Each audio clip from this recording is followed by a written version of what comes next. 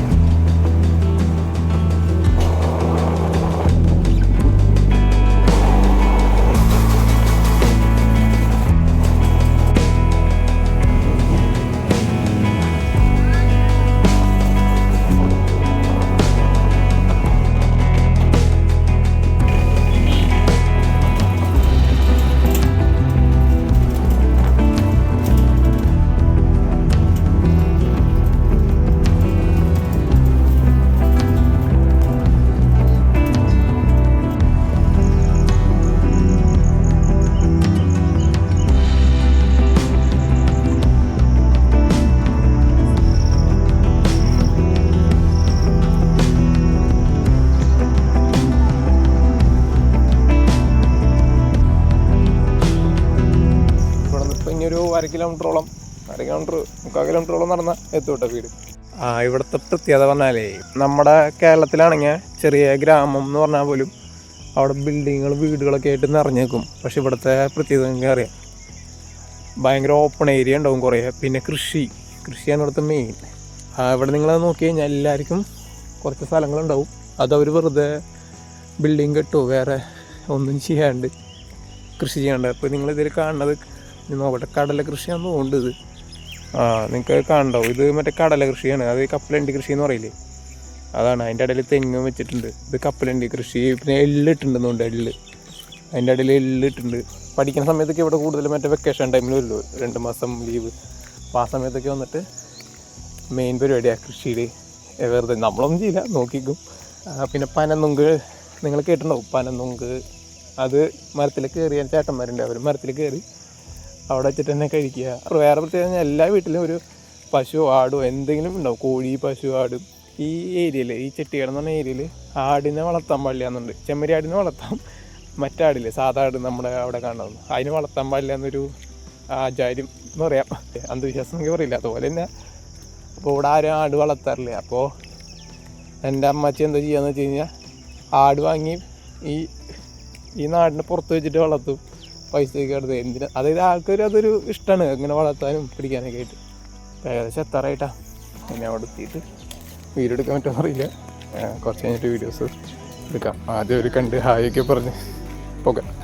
നീ കാണാല്ലേ അപ്പം അങ്ങോട്ട് പോകേണ്ടത് അപ്പുറത്തെ ഗേറ്റുള്ള. അപ്പോൾ ഓക്കെ, ഞാൻ വീട്ടിലെത്തി. കുറച്ച് കഴിഞ്ഞിട്ട് വീഡിയോ ചെയ്യാം. ഓക്കെ.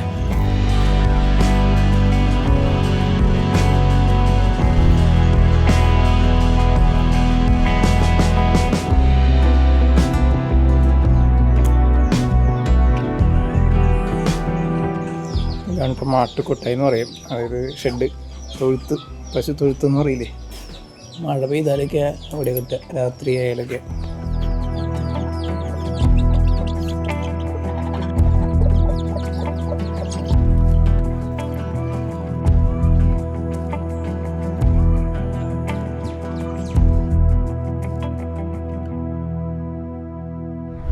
குடிக்குமா? குடிக்காதும் போகும். குடிச்சாலும் தூத்தம் உழுகுங்கிறாங்கணும். 5 நாளைக்கு மலைக்கடை இருக்கா. உளுந்தாலும் தேவையில்ல. அங்கே என்ன டாக்டர் பார்த்து தான் நம்மளை வெட்டி கொத்தி கொடுக்கணும். அதே இதே வரல நம்ம அப்படி வரும். இது சனிக்கிழமை இருக்குது. சனிக்கிழமைன்னா நான் 5 நாள் 4 நாள் தானே ஆகுது. இல்லைடா, சனிக்கிழமை தானே போட்டது. சனிக்கிழமை வந்து ஞாயிறு, திங்கள், செவ்வாய் 3. ஞாயிறு. அப்போ சனியம்மா கூட்டணும். அப்போ 5 நாள்.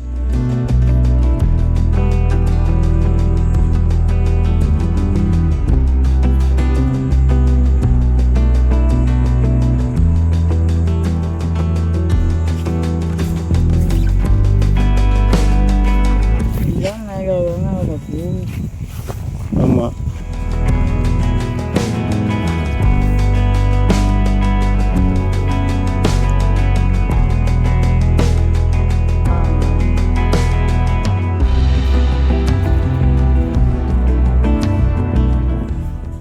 இது முளைச்சது தானே?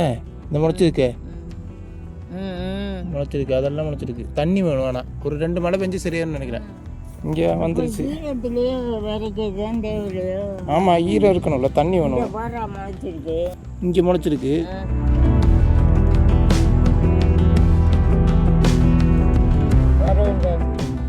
அது என்ன மிதந்துட்டு கிடக்குது? மிதந்து கிடக்கு பச்சை பச்சையா. அது பாசி. பாசியா?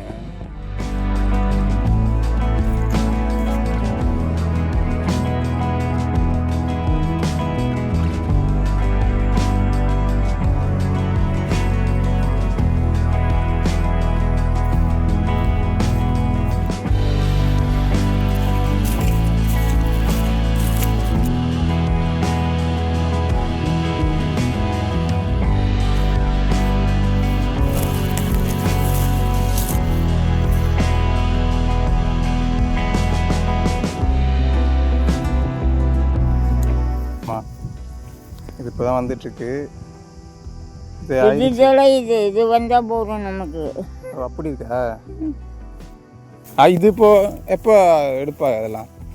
இதெல்லாம் 10 நாளில் எடுத்துக்குவாங்க. நான் தான் காக்கணும். வலிக்கிட்டு விழுந்துடாது. இப்போ நம்ம போட்டு எவ்வளவு கிடைக்கும் அம்மாச்சி? கல்ல வச்சா 5 மூட்டை இருக்கும். மூட்டை ஒரு மூட்டை போட்டால் 5 மூட்டை கிடைக்குமா? இது முள் மாதிரி இருக்கும். செருப்பு போட்டுல? செருப்புங்க வெள்ளம் மாட்டில் போடப்படும்.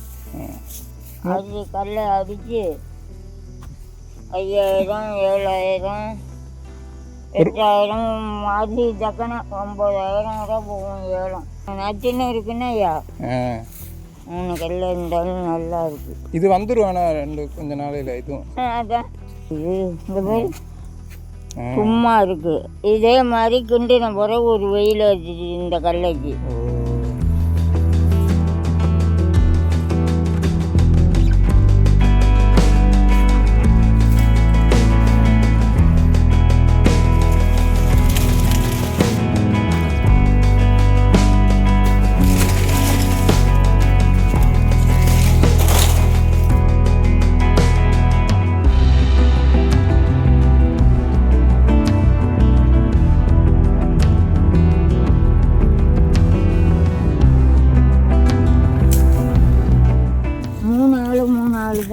இந்த கட்டம் ஒரு நாள் மொத்தம் கிண்டுவாங்களா?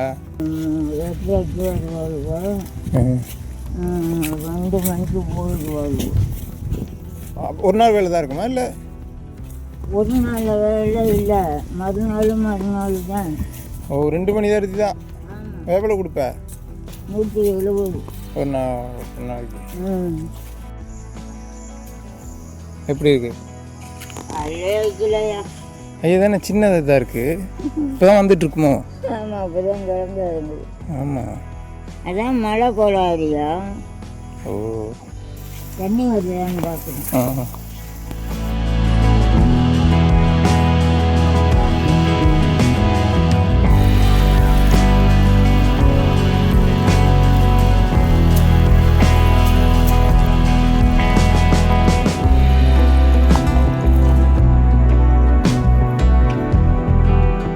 மறுபடியும் நம்ம வயல்ல அப்புறம் அதான் வெட்டி எடுத்தது.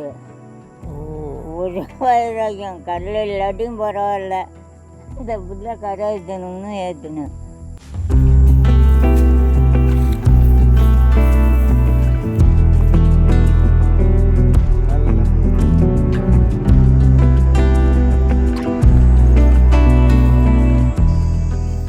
நடக்க முடியல தானே? எனக்கு தண்ணிச்சு போச்சு, அதெல்லாம் தெரியுது. நீ வேலை பார்க்க முடியாது. கூலியால் விட்டா நம்மளும் நின்னா தாண்டா வேலை ஓடும். ஆனால் விவசாயம் விட்டுறக்கூடாது.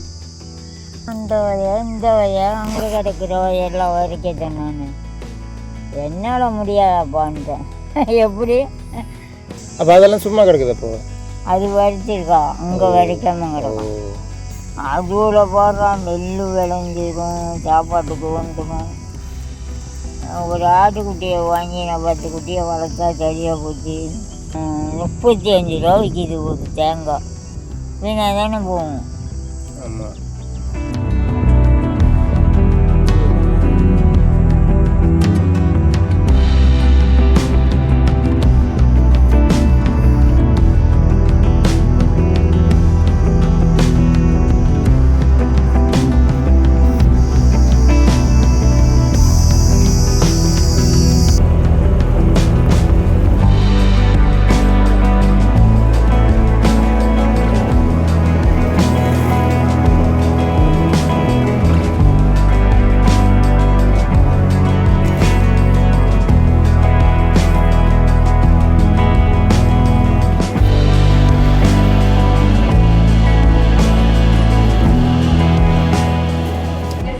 தண்ணி கொண்டாந்து